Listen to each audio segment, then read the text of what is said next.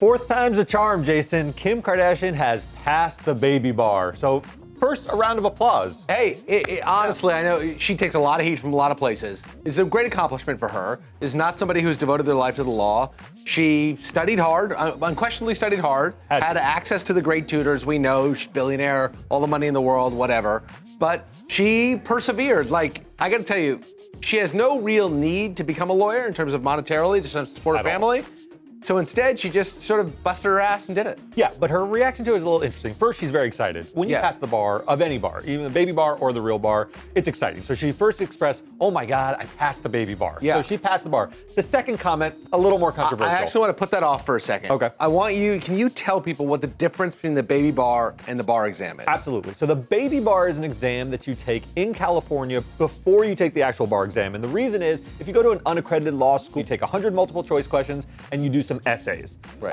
The topics covered are contracts, criminal law, and torts, which are the topics you cover in the first year of law school. So it's to assess whether you're ready to take the next step. And so the difference between that and the regular bar that everybody knows about, and especially in California, it's famously difficult in California. It actually covers either 6 or 7 topics. 13 topics. 13 topics. It's a grown doozy. Since I was a kid. It's a doozy. It's a 2-day exam. So it's essays and a performance test, which you remember is a prompt they give you to sort of assess whether you can think on the fly. Right. It's not a question that you can answer with previous knowledge. And then the multi-state bar exam, which is 200 multiple choice questions. Very, very difficult, and it covers a range of topics. I won't go through them, but there are 13 of them rather than just 3. Right. And so the idea is if you pass the baby bar, then you're permitted, without going to law school. Typically, in order to take the bar exam, you would go to law school, you graduate law school, you take the bar exam. It's what Derek and I did. It's what Harvey did. So instead of doing that, you take the baby bar, and if you pass that, then you can matriculate forward and actually take the bar exam. And if you pass that, then you're eligible to practice law, despite the fact you've never gone to law school. That's right. So now she's eligible to take that next step.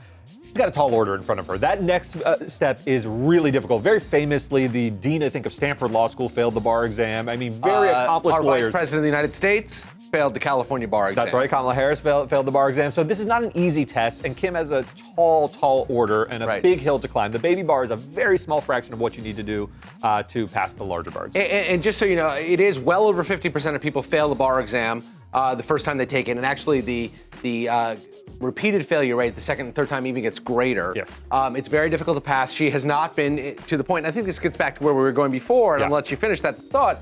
It can be very difficult if you haven't gone to law school and studied through to pass the bar exam, so she's got an uphill climb. She had some very interesting thoughts about, and this is where Derek was going earlier and I stopped him, about how difficult it was for her just to pass the baby bar. What did she say? Yeah, so she said something to the effect of, she spoke with a lot of top lawyers who said that passing this bar exam is actually the more difficult path to becoming a lawyer than going traditionally through law school. She said we took umbrage at this. It was phrased as an impossible journey for her. And again, not taking anything away from it, was great, but here is a billionaire with access to the greatest tutors in the world who has unlimited amounts of time as she wants to take it, and it took her a number of years to get through.